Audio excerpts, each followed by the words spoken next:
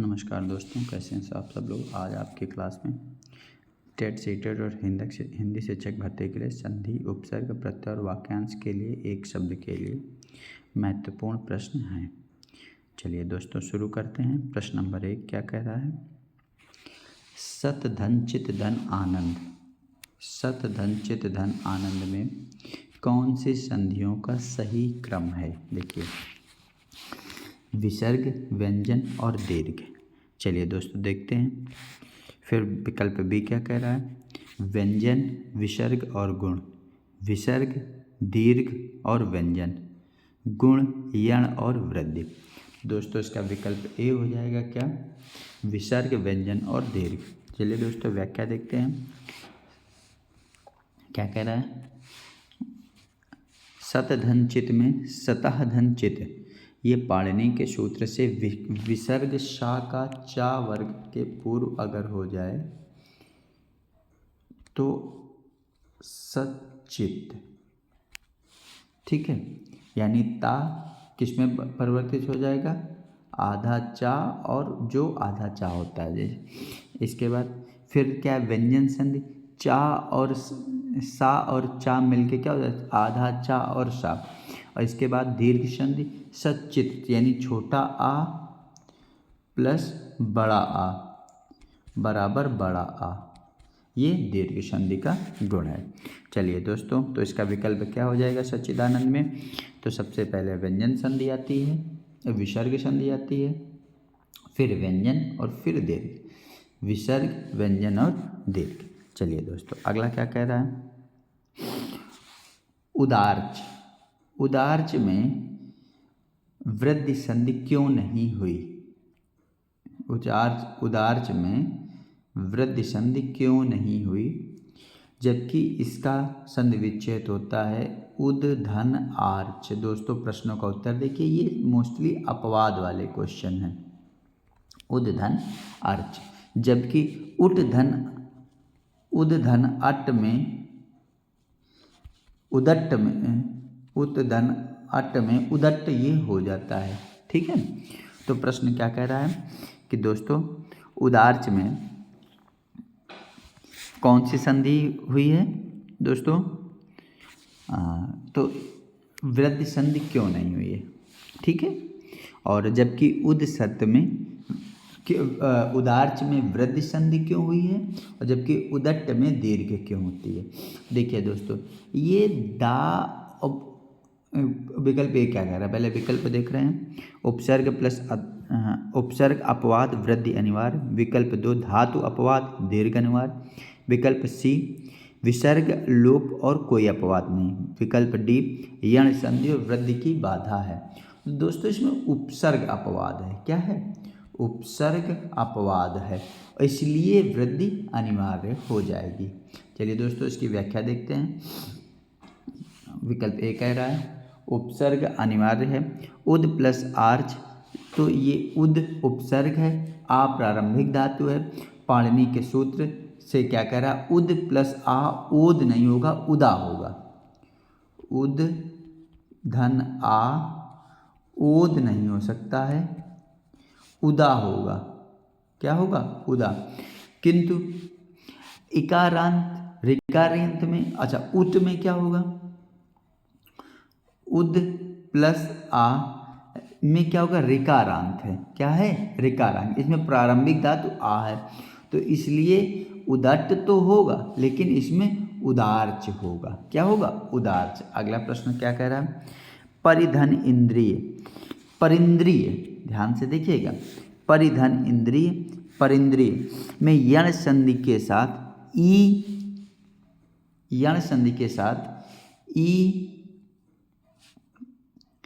ई क्यों हो गया? जबकि छोटी ई, देखो परि, प्रश्न समझिए, पर यानी छोटी प्लस इंद्रिय यानी बड़ी।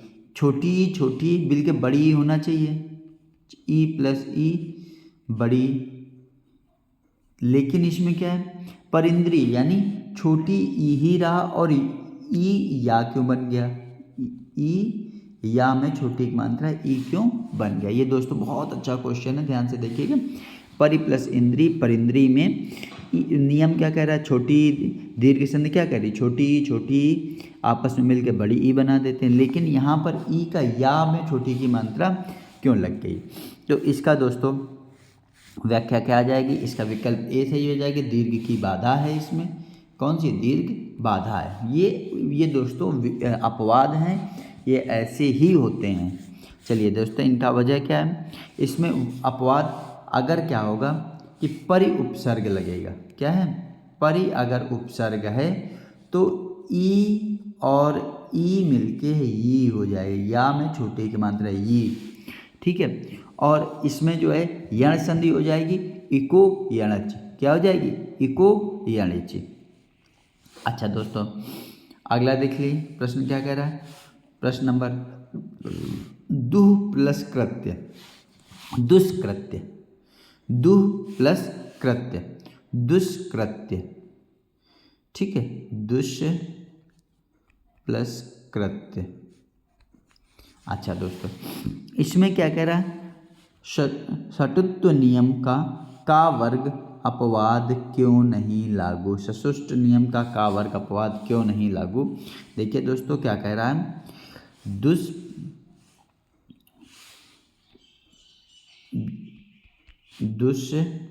धन कृत्य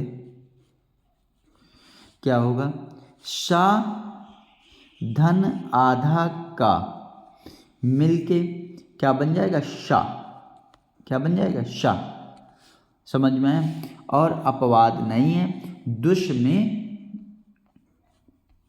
सटुत्व हमेशा रहेगा, दुष में सटुत्व क्या रहेगा, हमेशा रहेगा, इसलिए विकल्प सी सही है। अगला दोस्तों क्या कह रहा है, प्रश्नों का दोस्तों स्तर देखिए बहुत अच्छा है, नी प्लस गुण, नी प्लस गुण, तो इसमें रेफ क्यों लग गई, प्रश्न क्या कह रहा है, निर्गुण क्यों हो गया, निर्गुण क्यों हो गया, ठीक है। देखिए जबकि नी प्लस गम में निर्गम में द्वित्व नहीं है, ठीक है, नी प्लस रेफ का प्रवेश क्यों हुआ, तो देखिए क्या कह रहा है, नी गा वर्ग अपवाद रेफ अनुपस्थित नहीं, गा वर्ग अपवाद नहीं है, ये गलत है। नी उपसर्ग विशेष है और रेप अनिवार्य है, ये सही है। अगर नी उपसर्ग है तो निगुण, इसमें क्या होगा, नी प्लस गुण, तो निगुण नहीं होगा, निर्गुण होगा, क्या होगा, ये निगुण गलत है। क्या व्याख्या देखिए क्या कर रहा है दोस्तों, नी प्लस गुण में निगुण होता है, रेफ नहीं होगा, और निगम में नी प्लस गम और रेफ होगा, इसमें द्वित्व नहीं होगा और इसमें रेफ का प्रवेश हो जाता है। अगला दोस्तों क्या कह रहा है, आधन कल्प, आकल्प में वृद्धि प्लस व्यंजन क्यों, जबकि ये आधा ला और वा में परिवर्तन नहीं हो रहा है, ये आधन कल्प में वृद्धि क्यों हो रही, जबकि होना चाहिए आ धन बड़ा और बड़ा धन होना चाहिए, ठीक है। तो इसमें दोस्तों क्या होगा, इसमें वृद्धि हो रही है, द्वित्व नहीं हो रही, ला वर्ग क्या होता है, अपवाद होता है, ला वर्ग अपवाद होता है। तो दोस्तों वृद्धि, द्वित्व और ला वर्ग अपवाद, विकल्प ए सही है। गुण नहीं होगा, यण नहीं होगा, दीर्घ अनुनासिक लोग, इस पर अनुनासिक लगा ही नहीं, यण और द्वित्व कोई अपवाद नहीं, यण संधि का कोई भेद नहीं आ रहा है, तो इसमें कौन सा आ जाएगा, वृद्धि संधि होगी और द्वित्व गुण लगेगा।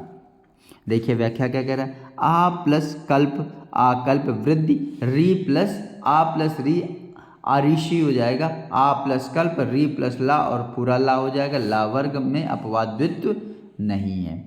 चलिए अगला दोस्तों प्रश्न क्या कह रहा है, प्रति प्लस ई, प्रति प्लस ई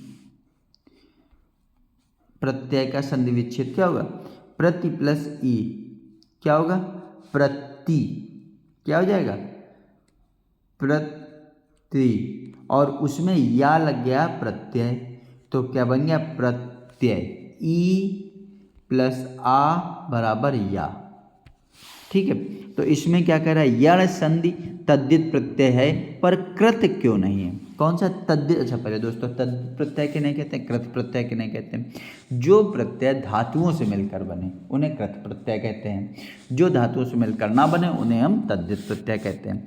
तो ई प्लस री या बन जाएगा और इसमें प्रत्यय या लग जाएगा। इसमें प्रत्यय कौन सा लग जाएगा, ई प्लस आ क्या हो जाएगा, या हो जाएगा यण संधि, और इसमें क्या हो जाएगा तद्धित प्रत्यय, क्योंकि ये धातु नहीं है।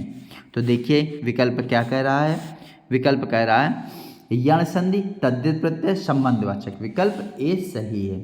कृत प्रत्यय कब लगेगा, कृत प्रत्यय तब लगेगा जब कोई धातु हो। कौन सी हो, धातु, यहाँ धातु तो है नहीं। अच्छा गुणकृत कृतवाचक यण भाववाचक, इसमें कृत प्रत्यय वृद्धि संधि, इको वृद्धि संधि में वृद्धि रेच, तो इसमें वृद्धि रेचद या वृद्धि रेच या वृद्धि रेचद, पुराना सूत्र क्या है वृद्धि रेचद, इन दोनों से कोई संबंध तो बैठ नहीं रहा। तो यण में तद्धित प्रत्यय के साथ संबंधवाचक होगा और प्रत्यय में प्रतिधन ई और साथ में ये ई प्लस आ या हो जाएगा। सच्चर, अगला शब्द क्या है, सच्चर, संचर, सॉरी संचर, संचर, संचर में इसका संधि विच्छेद करें सम धन चर, क्या हो जाएगा सम धन चर, ठीक है। पर इया वर्ग अनुनासिक है, इया वर्ग क्या है अनुनासिक है, पर संस्कृत में णा वर्ग क्यों नहीं। चलिए देखिए क्या कह रहा है दोस्तों, सम धन चर सच्चर होगा, सम धन क्र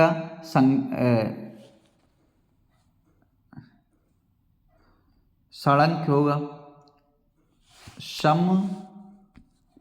धन अंगा संग धन, ये षडंक कैसे लिखा जाएगा, सम धन क्रा, क्या मिलके सम धन क्रा मिलके षडंक होगा।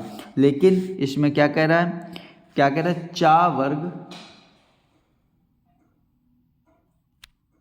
चा वर्ग इया और का वर्ग अणा, क्या आ जाएगा चा वर्ग इया और का वर्ग अणा। अगला दोस्तों क्या कह रहा है, अन्वेष में यण संधि है, गुण क्यों नहीं है, अन्वेष अनु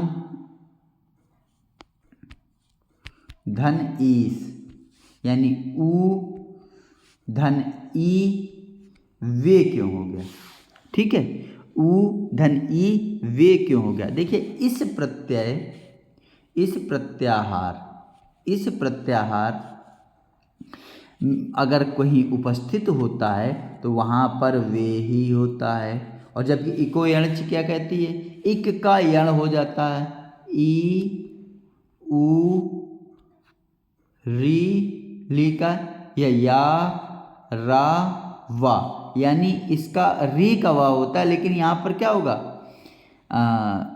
ऊ का वा हो रहा है, ऊ का वा हो रहा है। लेकिन इसके लिए एक अपवाद नियम होता है, अगर इस प्रत्याहार आ रहा है और पहले ई है तो उसका क्या होगा वा होगा, तो यानी अनु धन इस अन्वेष, क्या होगा अन्वेष।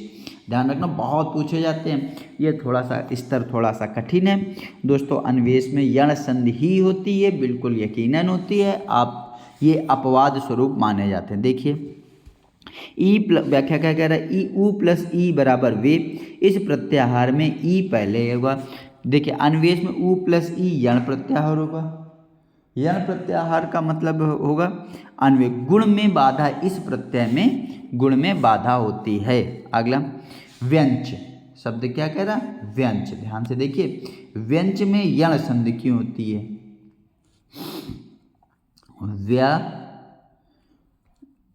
व्यंच शब्द, तो इसका शब्द क्या होगा वी धन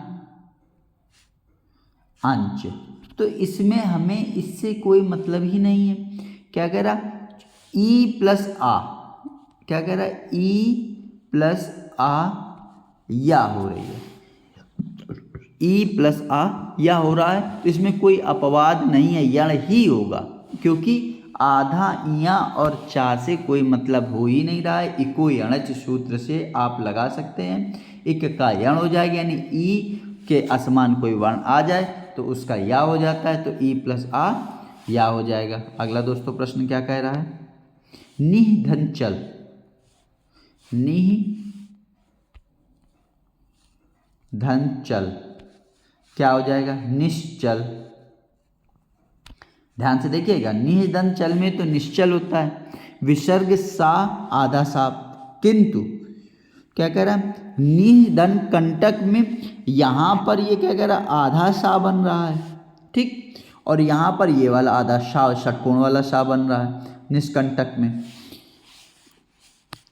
प्रश्न में ध्यान देखिएगा क्या कह रहा है, निह धन चल में ये वाला सा बन रहा है, किंतु निष्कंटक में ये वाला सा बन रहा है। क्यों बन रहा है, फिर से समझिए प्रश्न क्या कह रहा है, निश्चल में जो ना है, नी है, ये आधा शा और चा बन रहा है, जबकि निष्कंटक में ये वाला सा बन रहा है। ऐसा क्यों हो रहा है, देखिए क्या कह रहा है, ध्यान रखिए, अगर चा वर्ग है तो आधा शा बनेगा, और लेकिन टा वर्ग है तो षटकोण वाला आधा शा बनेगा। ये आधा शा बनेगा और ये आधा शा बनेगा। ध्यान रखिए, चा वर्ग में निहि उपसर्ग के पहले अगर चा वर्ग है तो ये वाला सा बनेगा, और निहि उपसर्ग है और चा वर्ग है तो ये वाला सा बनेगा। तो विकल्प क्या कह रहा है, विकल्प ए चा वर्ग शच और टा वर्ग षट। ध्यान रखिएगा, नी के बाद अगर सा है तो आधा वाला सा, चा वर्ग है तो सिटी वाला सा बनेगा, और टा है तो षटकोण वाला सा ही बनेगा। अगर कोई कह दे कि, अगर कोई आपसे कहे निह धन टंकक, निह धन टंकक, तो कह दो निष्टंकक नहीं, निष्टंकक नहीं, क्या होगा, निष्टंकक। क्यों, क्योंकि अगर टा वर्ग है तो षटकोण वाला सा बनेगा, लेकिन अगर यहाँ पर चा है तब सीटी वाला सा बनेगा। अगला दोस्तों क्या कह रहा है, उपयति। अगला क्वेश्चन क्या कह रहा है, उपयति। चलिए, उपयति, उपयति तो क्या होगा, उप धन इति, उप धन इति यानी आ प्लस ई, तो क्या हो जाएगा, गुण संधि। क्या हो जाएगा, गुण संधि, आद्य गुणा गुण संधि लगेगी। तो क्या कह रहा है, उपयति में प्रश्न देखिए दोस्तों, उपयति में गुण संधि, किंतु उपट में संयोजन क्यों। अच्छा, उपट ये संस्कृत के शब्द हैं और लेकिन पूछे जाते हैं। उपट में इसमें भी तो आ प्लस उपट, आ प्लस आ ही हो रहा है, इसलिए संयोजन हो गया, छोटा आ छोटा आ। लेकिन इसमें क्या, उप प्लस इति यानी छोटी ई लग रही है, उप में छोटी ई लग रही है तो उपयति हो गया। तो ई क्या हो गया, प्रारंभिक आद्य गुणा हो जाएगा। तो इस वजह से विकल्प ए सही है। अगला क्वेश्चन दोस्तों क्या कह रहा है, दुष्चरित, फिर वही क्वेश्चन है, दुष्चरित, दुष्चरित। देखिए, आधा सा व्यंजन संधि के नियम है, दुष्चरित में आधा सा में होने में ये कह रहा है ये वाला सा क्यों हो रहा है, ये वाला सा क्यों नहीं होगा। तो क्या होता है, आधा सा प्लस चा क्या होता है, ये सीटी वाला सा ही बनता है, यानी सपेरा वाले सा प्लस चा शा होगा, सा प्लस चा, तीनों के उच्चारण अलग अलग होते हैं, सा शा और शा, ठीक है। उसमें का और का उसका योग होता है। दुष्चरित में सा और सा चा वर्ग ही होगा, तो विकल्प ए सही हो जाएगा। अगला दोस्तों, परिधन यू, परिधन ऊ, पर यू में यण प्लस दीर्घ क्यों होगा, यण प्लस दीर्घ क्यों होगा, ई धन ऊ बराबर यू, ई धन ऊ बराबर क्या होगा, यू होगा, यानी छोटा ई छोटा ई धन ऊ यानी पर, छोटा ई और ऊ तो क्या हो जाता है, यू हो जाता है। तो पर यू क्या बनेगा, पर यू यानी ई धन ऊ बराबर छोटा ऊ। व्याख्या ए प्रश्न ए, ऑप्शन ए सही हो गया। अगला दोस्तों अध्याय, अध्याय में यण संधि है, जबकि अधिहट्ट में संयोजन क्यों हो जाता है। ध्यान से देखिए प्रश्न बड़ा अच्छा है। अध्याय में यण संधि है जबकि अधिहट्ट में संयोजन क्यों हो जाता है। देखिए इसमें ई प्रारंभिक है, देखिए अधि धन ई में ई क्या है, प्रारंभिक है, जिसमें इसमें क्या कह रहा है, अधिहट्ट में अधि प्लस आ प्रारंभिक है। तो जब आ का प्रारंभिक है तो संयोजन हो जाएगा, अधियट्ट हो जाएगा। और जबकि ई अगर ई से प्रारंभिक है तो क्या है, यण संधि हो जाएगी। क्या हो जाएगी, यण संधि हो जाएगी। अगला दोस्तों क्या कह रहा है, शु धन अर्च स्वर्च, शु धन अर्च स्वर्च हो जाएगा। यानी शु क्या है, उपसर्ग है, शु क्या है, उपसर्ग है। और आ किस में चेंज हो जाएगा, बड़ा में। किस में चेंज हो जाएगा, बड़ा में। स्वर्च नहीं होगा, स्वार्च होगा। शु प्लस अर्च स्वार्च क्या होगा, स्वार्च, बड़ा की मात्रा लगेगी तो इसमें क्या स्वार्च होगा। अगला दोस्तों क्या कह रहा है, निस धन तेज में विसर्ग का लोप क्यों है। तो नि इसका हो जाए नि धन तेज होना चाहिए, जबकि हो क्या रहा है, निस धन तेज हो रहा। ध्यान से देखिएगा, निस तेज का क्या नाम संधि विच्छेद क्या होगा, नि धन तेजस होना चाहिए, जबकि इसका सही विकल्प क्या है, निस धन तेजस है। इसका फिर से दोस्तों प्रश्न क्या कह रहा है, क्या कह रहा है, निस धन तेजस, निस धन तेजस में नि धन तेजस क्यों नहीं हो रहा, निस्तेज में निस धन तेजस क्यों हो रहा है, नि धन तेजस क्यों नहीं हो रहा है। तो दोस्तों ये क्या होगा, शा प्रत्यय है। क्या है, शा प्रत्यय है। और पूर्व लोप क्या होगा, अनिवार्य होगा। पूर्व लोप अनिवार्य है, पूर्व लोप अनिवार्य।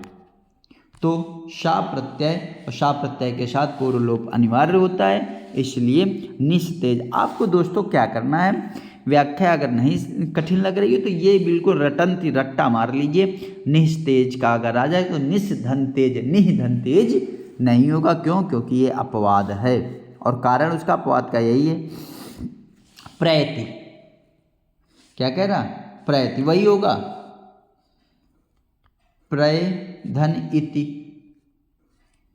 प्रा में ई लग जाए तो प्रय हो जाता है, जबकि प्रा में आ लग रहा है तो प्रट क्यों रहा, क्यों, ई प्रारंभिक और गुण का संयोजन, यानी प्रयति क्या होगा, प्राधन इति, जबकि प्रट का क्या होगा, प्राधन अट्ट।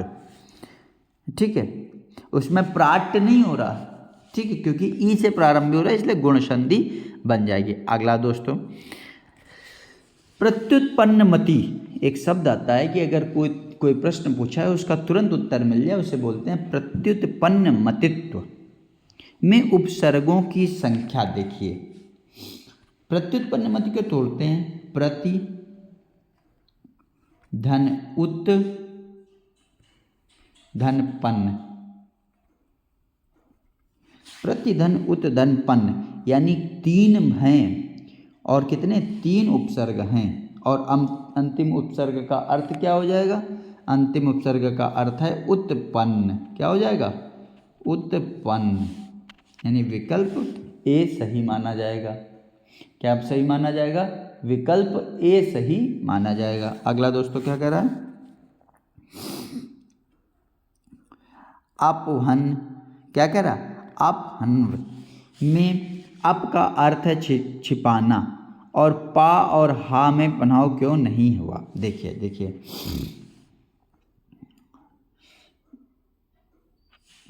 इसका क्या कह रहा है,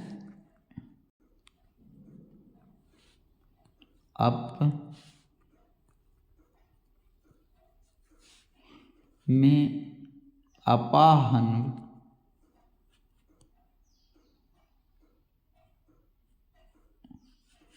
क्यों, हा में द्वित्व, हा वर्ग में द्वित्व नहीं होता है। क्या वर्ग क्या कह रहा है, हा वर्ग में द्वित्व नहीं होता है, यानी व्यंजन संधि में हा वर्ग में द्वित्व नहीं होता है, इसलिए ये अपवाद स्वरूप है। तो इसमें उपसर्ग अप ही लगेगा, आ उपसर्ग नहीं लगेगा। ठीक है, इसको यानी ध्यान से देखिएगा, यानी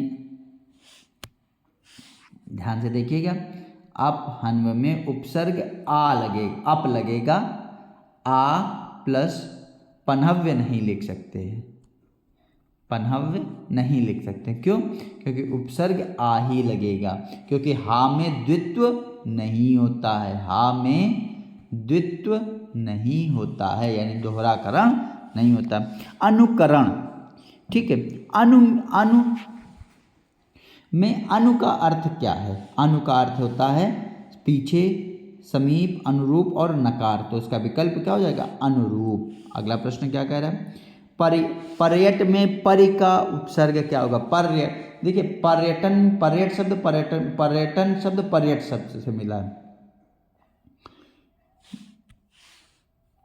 पर्यटन शब्द की उत्पत्ति पर्यट से हुई है, तो पर्यट शब्द में परि का अर्थ क्या है, तो परि का अर्थ है चारों ओर, परि का मतलब क्या होता है, चारों ओर। परिधन अटन, परिधन अटन, अटन मतलब होता है घूमना, चारों ओर घूमना, इसलिए इसे कहते हैं पर्यटन। अगला दोस्तों, उपनीत में उप का अर्थ क्या है, उपनीत, उपनीत में उप का अर्थ क्या है, उप मतलब होता है समीप, उप मतलब क्या होता है, समीप, तो उपनीत में उप का अर्थ क्या हो जाएगा, समीप।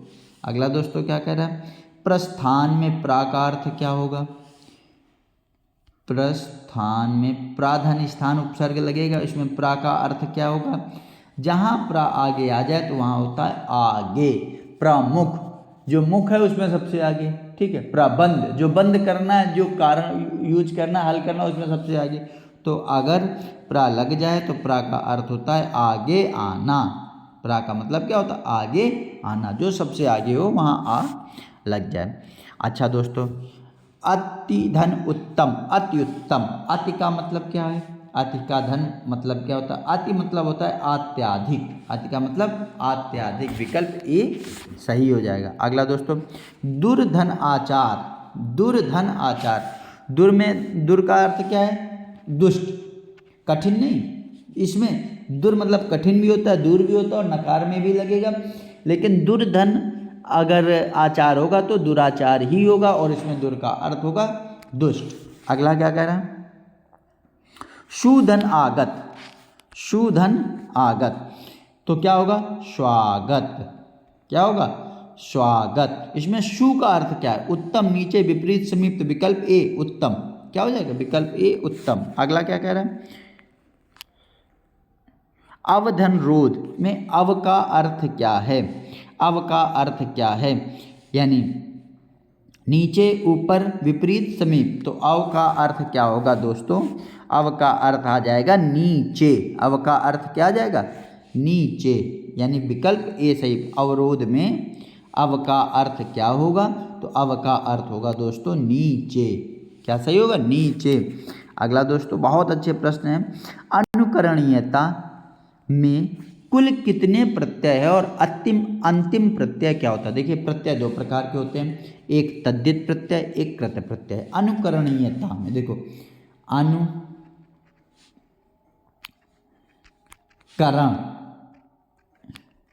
ई और ता, तो कितने हो गए, अनुकरण, ई और ता, और ता में अच्छा ध्यान रखना ये कौन सा प्रत्यय है, तद्धित प्रत्यय, क्या है, तद्धित प्रत्यय, ता का मतलब होता है भाव, तद्धित, और जब धातु के साथ लगे तो कृत प्रत्यय और धातुओं के साथ ना लगे तो तद्धित प्रत्यय। तो इसमें अनुधन करण है 1 2 3, 3 प्लस तद्धित यानी विकल्प में कुल प्रत्यय कितने हैं? 1 नहीं 3 प्रत्यय प्लस भाव, इसका विकल्प आंसर डी सही होगा। 3 करण ई और ता। अनु क्या है? तो अनु तो उपसर्ग में कुल प्रत्यय और अंतिम प्रत्यय। कुल प्रत्यय कितने हैं? 3 और अंतिम प्रत्यय क्या है? ता। तो कुल प्रत्यय कितने हो जाएंगे? 3 और अंतिम प्रत्यय तद्धित है, इसलिए विकल्प क्या हो जाएगा? विकल्प डी सही होगा। इसका आंसर गलत दिए हैं, इसमें आ जाएगा 3 प्लस तद्धित। अनु तो उपसर्ग है, अनु क्या है? उपसर्ग है। अगला दोस्तों, पठितव्यता में क्या होगा? देखिए इसको ता का अर्थ क्या है? ता हमेशा भाववाचक होता है। ता हमेशा कैसा होता है? भाववाचक। जहां ता आ जाए वहां क्या होता है? भाववाचक। ता हमेशा भाववाचक होता है। तो पठितव्यता यानी पठि धनतव्य धनता, तव्य धनता।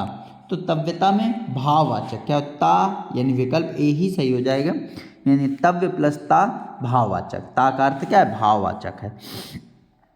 अच्छा, ग्रहित में प्रत्यय और धातु बताना है। तो ग्रही में प्रत्यय, पहले प्रत्यय पूछ रहा, ध्यान से देखना। ग्रही धंतु, ग्रही धंतु, ध्यान रखना इसमें ई कैसे होगा? ये संधि हो गई इसलिए ई हो गया। तो पहले प्रत्यय त्रा प्रत्यय, क्या प्रत्यय? त्रा प्रत्यय। और इसमें क्या हो गया? और ग्रही क्या है? धातु है। तो ग्रह में अगर ता प्रत्यय लगे तो ग्रहीत्र क्या हो जाए? ग्रहीत्र। त्रा प्रत्यय लग जाए और धातु, तो इसमें धातु क्या है? गृह, और प्रत्यय क्या है? ता। और ये कैसा प्रत्यय है? गृह, कर्तवाचक। क्या है? कर्तवाचक। पठनीय में कौन सा प्रत्यय है? तो देखो, पठ धन अनीय, पठ धन अनीय। और अनीय क्या होता है? अनीय मतलब होता है नी में योग्यता, अनी में योग्यता, यानी इसका विकल्प क्या हो जाएगा? ए सही हो जाएगा। अगला दोस्तों, कृतज्ञता में प्रत्यय क्या है? कृतज्ञता देखिए, कृतज्ञ धनता, इसमें प्रत्यय क्या है? ता। अच्छा, ये क्या धातु है? नहीं है, धातु तो नहीं है। धातु शब्द रूप होते हैं, धातु रूप तो है नहीं। धातु मतलब क्रिया, क्रिया तो है नहीं। जब क्रिया नहीं है तो तद्धित प्रत्यय क्या आ जाएगा? तद्धित प्रत्यय। अगला, लेखक में प्रत्यय क्या लगेगा? अक प्रत्यय। लेख, लेखक का विच्छेद करिए, लेख धन अक, तो लेखक में अक प्रत्यय लगेगा। कौन सा प्रत्यय लगेगा? अक प्रत्यय लगेगा, तो लेखक हो जाएगा। और यह क्या है? अक है क्या? कर्ता है। क्या है? कर्ता। इसमें भाव क्या बनेगा? कर्ता। ना संज्ञा होगी, ना योग्यता, ना भाव, तो अक प्रत्यय और कर्ता बनेगा। अर्थ क्या आ जाएगा? कर्ता। मातृत्व में मातृ धनत्व, मातृ धन त्वा, त्वा मतलब होता भाव, त्वा लगता है तो भाव। जैसे अक लगता है तो जो कर्ता होता है, लेखक, पाठक, गायक, तो उसमें अक प्रत्यय कर्ता, लेकिन त्वा प्रत्यय हमेशा भाव। बंधुत्व, भ्रातृत्व, मातृत्व, इसमें त्वा प्रत्यय भाववाचक है। तो विकल्प ए सही हो जाएगा। अगला दोस्तों, दर्शनीय में प्रत्यय क्या है? ध्यान से देखिए, दर्शन, दर्शन धन ई प्रत्यय, दर्शन प्लस ई, दर्शनीय, पठनीय, लेखनीय में कौन सा प्रत्यय? ई प्रत्यय। तो इसमें क्या आ जाएगा? दर्शनीय में ई प्रत्यय योग्यता का भाव लगता है। कौन सा भाव लगता है? योग्यता का भाव। तो ई प्रत्यय और योग्यता का भाव। अगला, पठित में प्रत्यय और काल बताना है। चलिए, पठ, पठ धातु और ता प्रत्यय, और ता प्रत्यय क्या था? भूतकालिक कृदंत है। ये क्या है? भूतकालिक कृदंत बोलेंगे इसको, भूतकाल। तो ता प्रत्यय भूतकाल, विकल्प ए सही, ता प्रत्यय भूतकाल। देखिए ये प्रश्नों का स्तर ये अच्छा है, प्रश्न 2 4 5 प्रश्न कठिन डालेंगे, ये देखिए दोस्तों, इनको पढ़ जरूर लीजिए और यही प्रश्न आपको जो है मेरिट में ला सकते हैं। अगला, कृपणता में प्रत्यय और अर्थ का अर्थ बताइए। देखो कृपण धन ता में ता क्या है, ता प्रत्यय, और ता हमेशा कैसा भाववाचक होता है। ता कैसा अक करता होता है, ता अगर ता करता नहीं, अक प्रत्यय कर्तावाचक होता है, ये करता होगा, लेकिन ता हमेशा कैसा भाववाचक, तो ता प्लस भाववाचक। अगले दोस्तों, जो ना जन्मा हो, ना मरे और ना बढ़े, दोस्तों उसे क्या कहते हैं, अज, आजन्म, अनादि। तो उसके लिए कहते हैं अज। देखिए अज मतलब होता है जिसका जन्म ना हुआ और जो ना मरे, तो उसके लिए अज आएगा।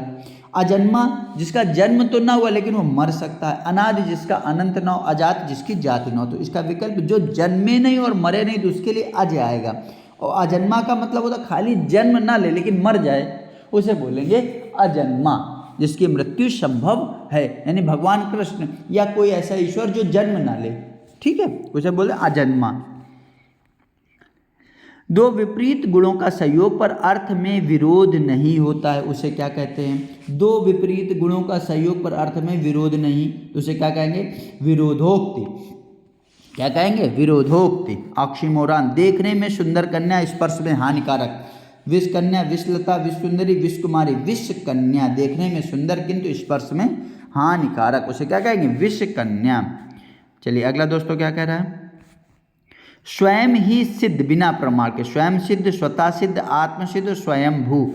तो इसलिए क्या, उसके लिए एक शब्द आता है स्वयंभू, नहीं स्वयं सिद्ध। क्या था, स्वयं सिद्ध। स्वयंभू यानी जो स्वयं को ईश्वर माने। स्वयंभू का अर्थ होता है जो स्वयं को सर्वत्र में, सर्वत्र व्याप्त पर अदृश्य हो, उसे सर्वगत कहते हैं, व्यापक कहते हैं, सर्वव्यापी कहते हैं, और अंतर्यामी। देखिए दो प्रश्न है, एक होता है सर्वव्यापी और एक होता है सर्वगत। अगर सब में व्याप्त हो और उसको दिखाई दे, उसे कहेंगे सर्वव्यापी। लेकिन अगर सर्व में व्याप्त हो किंतु दिखाई ना दे, उसे कहते हैं सर्वगत। जैसे हवा सब में व्याप्त है किंतु दिखाई नहीं दे रही है, किंतु खून वो सर्वव्यापी है, खून सर्वव्यापी है, मनुष्यों में खून सर्वव्यापी है, वो होता भी और दिखाई भी हो, लेकिन हवा होती तो है पर दिखाई, या आत्मा, तो उसे कहेंगे सर्वगत। चलिए, जो कभी नष्ट ना हो, तो उसके लिए अविनाशी, अनश्वर, अमर और अक्षय। तो अविनाशी, जो कभी नष्ट ना हो, उसके लिए शब्द आता है अविनाशी। अगला दोस्तों, जो देखा ना जा सके, अदृश्य, अलक्ष्य, अप्रत्यक्ष, अनुपलब्ध। तो उसका विकल्प ए सही आ जाएगा, अदृश्य। अगला दोस्तों, जो सुनने में कठोर हो, कटवचन, कर्कश, कटु और कर्कश। तो इसमें विकल्प आ जाएगा, विकल्प बी आ जाएगा, कर्कश। अगला दोस्तों क्या कह रहा है, जो अपने आप में परिपूर्ण हो, स्वयं सिद्ध, स्वावलंबी, स्वतंत्र और पूर्ण। तो इसके लिए विकल्प ए सही हो जाएगा, स्वयं सिद्ध। अगला दोस्तों क्या कह रहा है, जो कभी ना सोए, उसके लिए अजगर, अनिंद्र, जागृत और अचेतन। देखिए अजागर, क्या बोलेंगे, अजागर, उसी से ही अजगर बने। जो कभी ना सोए उसे कहेंगे अजागर। अनिद्र जिसको निद्रा ना आती हो, और जागृत जो जागता, अचेतन बेहोश।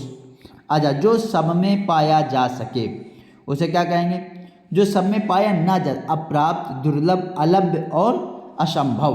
तो इसका कहेंगे अलभ्य, जो सब में पाया जा ना सके। अप्राप्त जो सबको प्राप्त ना हो। दुर्लभ जिसका मिलना कठिन हो। असंभव जो होना कठिन हो। किंतु क्या कह रहा है, जो सब में पाया ना जा सके, उसके लिए दोस्तों का शब्द आएगा अलभ्य। क्या आएगा, अलभ्य। अगला दोस्तों, जो अपने आप में ही कारण हो, तो उसे कहेंगे स्वयंभू। देखिए स्वयं सिद्ध, जो अपने आप में सिद्ध कर रहे, लेकिन जो अपने आप में ही कारण हो वो क्या है, स्वयंभू, उसे क्या कहेंगे, स्वयंभू। अगला दोस्तों क्या कह रहा है, चलिए खत्म हो गए। 50 क्वेश्चन है दोस्तों सीटेट और टेट के। आपको सफलता के लिए बहुत शुभकामनाएं। इससे टीजीटी, पीजीटी और अन्य शिक्षक भर्ती परीक्षाओं में भी बहुत सहायता मिलेगी। धन्यवाद।